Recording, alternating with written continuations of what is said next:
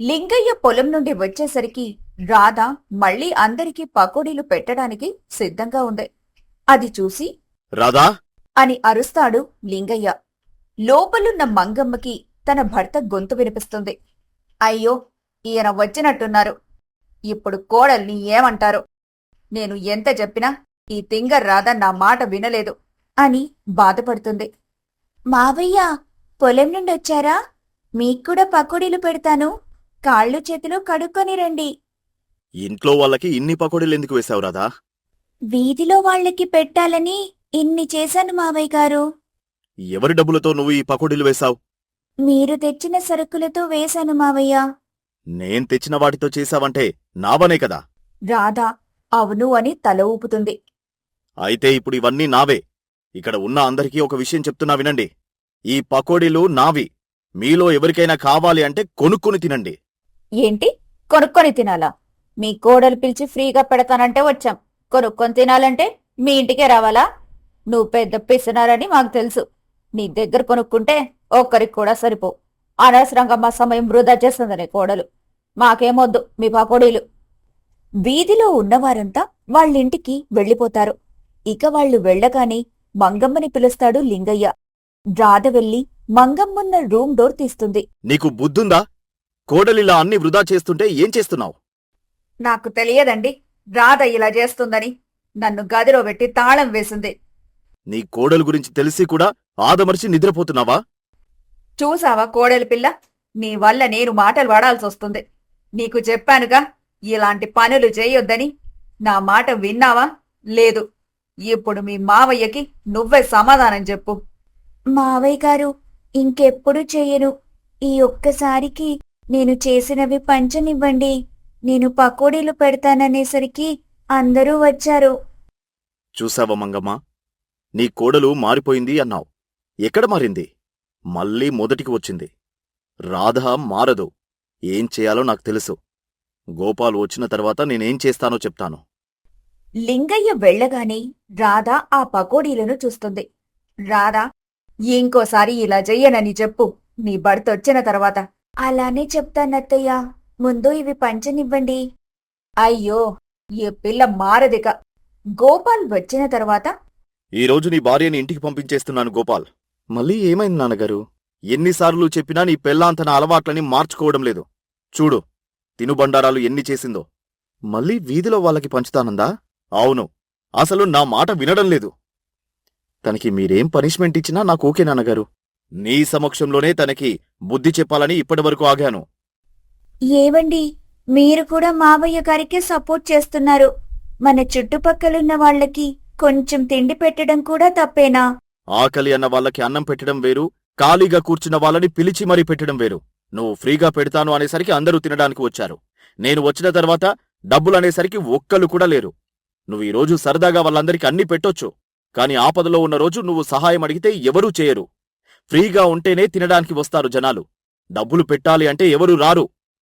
ఆ విషయం నీ భార్య అర్థం చేసుకుంటుందేమో అని ఎదురుచూశాను గోపాల్. అందరినీ డబ్బులు పెట్టి కొనుక్కోమని చెప్తే వెళ్ళిపోయారు. అప్పుడైనా నీ భార్య ఆలోచించాలి కదా. మా మావయ్య గారు నన్ను తిడతారని తెలిసి కూడా వీధిలో ఉన్నవాళ్ళు వెళ్ళిపోయారు. వాళ్ళకి ఇన్ని రోజులు పెట్టినందుకు. రాధా వాళ్ళ మావయ్య చేతిలో మాట పడకూడదు, ఇవన్నీ మనం కొనుక్కుందామని ఒక్కళ్ళైనా అనుకున్నారా? నువ్వే చెప్పు రాధా, వాళ్ళెవరైనా కొంటాను అన్నారా? అనలేదు మావయ్య గారు. మీ మావయ్య గారు వాళ్ల నిజస్వరూపం బయటపెట్టినా నువ్వింకా తెలుసుకోలేకపోయావు. ఇప్పటికైనా క్షమాపణ అడుగు.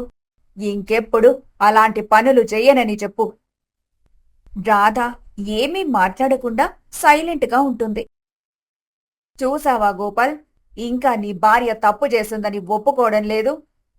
రాధా, తన తప్పును ఒప్పుకున్నా ఒప్పుకోకపోయినా తనకి తగిన శిక్ష అయితే తప్పకుండా వేస్తాను.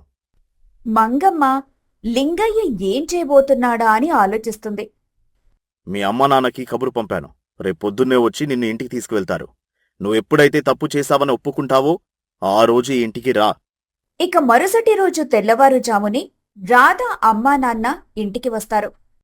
వదినగారు, బాగున్నారా? బాగున్నాను సావిత్రి. మీ కూతురు చేసిన పని తెలిసిందిగా? తెలిసింది వదినా. ఈ ఒక్కసారికి మన్నించండి. నా కూతురు చిన్నపిల్ల. ఒకసారి మా ఆయన ఏదైనా అనుకున్నాడంటే చేయకుండా మానడు. మీరే అడిగి చూడండి. అన్నయ్య గారు, నా కూతుర్ని ఈ ఒక్కసారికి క్షమించండి. ఇది మూడోసారి ఇంట్లో ఇలా చేయడం. 3 సార్లు క్షమించాను. ఈసారి క్షమించను. మీరు తనని ఇంటికి తీసుకుని వెళ్ళండి. ఎప్పుడు తీసుకురావాలో నాకు తెలుసు. లింగయ్య ఎంత చెప్పినా వినటం లేదని రాధని వాళ్ళ అమ్మా నాన్నలు తీసుకుని వెళ్ళిపోతారు. మంగమ్మ బాధగా వెళ్తున్న రాధ వైపు చూస్తుంది. తను వెళ్ళిపోతుంది కాని ముందు నాకు టీ పెట్టుకొని తీసుకురా. మీరు చాలా పెద్ద తప్పు చేశారండి. ఏం చేశాను? రాధ ఈ ఇంటి మహాలక్ష్మి. తను వచ్చిన తర్వాతే మనకంతా కలిసొచ్చింది. మీరు ఆ విషయం దృష్టిలో పెట్టుకున్నట్టు లేదు. ఒక 2 రోజులు వాళ్ళ పుట్టింట్లో ఉంచిన తర్వాత మళ్ళీ పిలవండి. 2 రోజులు కాదు, 2 నెలలు రాధా అక్కడే ఉంటుంది. అప్పుడే తను చేసిన ఖర్చు మొత్తం వాళ్ళ ఇంటిపైన పడుతుంది. ఓరేయ్ గోపాల్, నువ్వైనా చెప్పొచ్చు కదరా మీ నాన్నకి. నాన్న గురించి తెలిసి కూడా మళ్ళీ నన్ను చెప్పమంటావేంటి? అయినా రాధకి కూడా బుద్ధి రావాలే. ఏంటో ఇంటి పిల్లని పంపించేసి వీళ్ళు ఇలా మాట్లాడుతున్నారు. మరోవైపు రాధ వాళ్ళ పుట్టింటికి వెళ్లి హాయిగా పడుకుంటుంది. రాధా, ఎక్కడున్నావు? హాయిగా పడుకున్నానమ్మా. నువ్వేమైనా గొప్ప ఘనకార్యం చేశాననుకుంటున్నావా? నిన్ను మీ అత్తింటి వాళ్ళు ఇంటికి పంపించేశారు.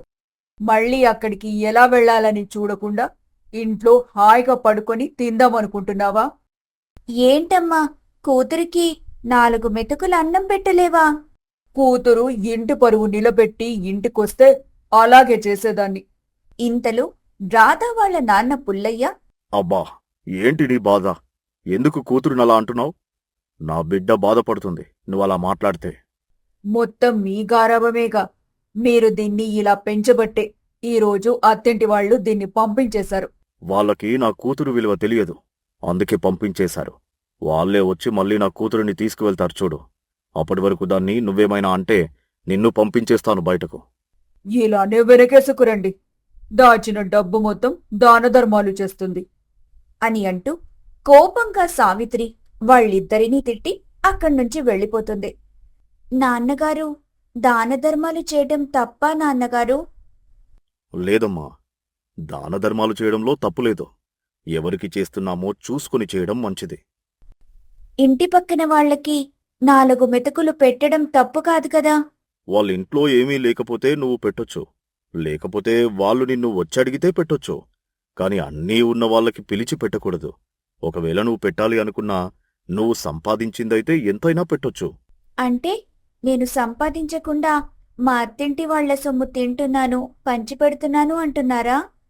నీ అత్తింటి సొమ్ము మీద నీకు అధికారం ఉంది, నువ్వు తినొచ్చు. కాని దానధర్మాల విషయంలో వాళ్ళ అనుమతి ఖచ్చితంగా తీసుకోవాల్సిందే. ఎందుకంటే కష్టపడి సంపాదించింది అందరికీ పెట్టాలి అనుకోరు కొంతమంది. నేను చెప్పింది నీకు అర్థమవుతుందనుకుంటా.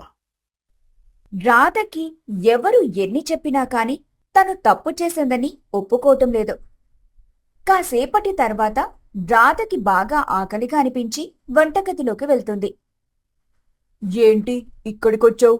ఇక్కడున్న సామాన్లు కూడా మొత్తం వండి ఊర్లో వాళ్ళకి పంచిపెడదామనుకుంటున్నావా? నన్ను అత్తింటికి పంపించేశారుగా, ఇంకా ఇక్కడ నాకు హక్కు లేదన్నావుగా. ఊర్లో వాళ్ళకి పంచడం తర్వాత ముందు నా కడుపుకి పెట్టమ్మా. రాత్రి మిగిలిపోయిన అన్నముంది, తాలింపు చేసి పెడతాను. నీకన్నా మా ఇంట్లోనే నయం. పిసినారితనం చేసినా ఎప్పటికప్పుడు ఫ్రెష్గా వండి పెడతారు. మరి అక్కడే ఉండొచ్చుగా, ఇక్కడికెందుకొచ్చావు? నేను రాలేదు, వాళ్లే ఇంట్లో నుంచి గెంటేశారు. నీకంత ఇబ్బందిగా అనిపిస్తే అక్కడికే వెళ్ళు మరి. నేను చేసిన పనులకి మా మావయ్య గారు, మా అత్తయ్య వాళ్ళకి భోజనం పెడుతున్నారో లేదో.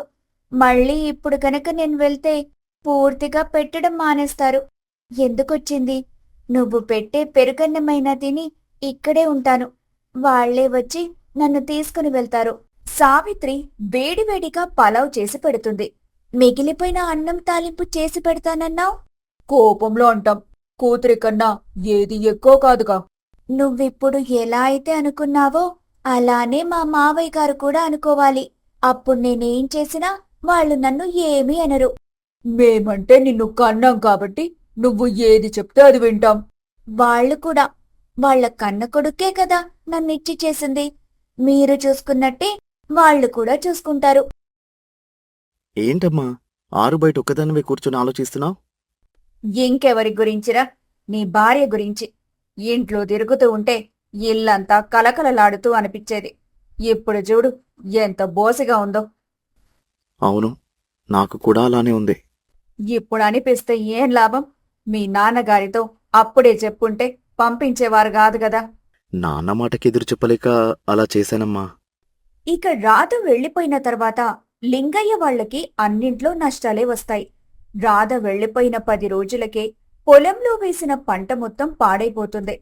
అప్పటికే అప్పుల్లో ఉండేసరికి లింగయ్య ఇంటికి అప్పుల వాళ్లు వచ్చేవాళ్లు. ఏమయ్యా లింగయ్య, నా డబ్బులెప్పుడిస్తావు?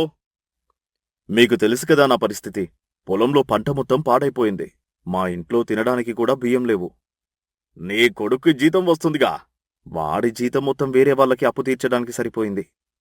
అందరికి తీరుస్తావు కాని నాకు మాత్రం ఇవ్వవా? నాకొక 10 రోజులు సమయం ఇవ్వండి. నీ కోడలు రాధ చేతిలో పకోడీలు తిన్నాను కాబట్టి నీకు 10 రోజుల సమయం ఇస్తున్నాను. చూసారా, మీరు అనవసరంగా రాధని తిట్టారు. ఈ రోజు మన కోడలు చేసిన పని వల్లే అతను మనల్ని ఏమీ అనకుండా వెళ్లిపోయాడు. అవన్నీ ఒట్టి మాటలే మంగమ్మా. నేను ఎన్నో సంవత్సరాల నుంచి అతని దగ్గర డబ్బులు అప్పుగా తీసుకుంటున్నాను. ఎప్పుడూ సమయం దాటిన తర్వాత ఇవ్వలేదు.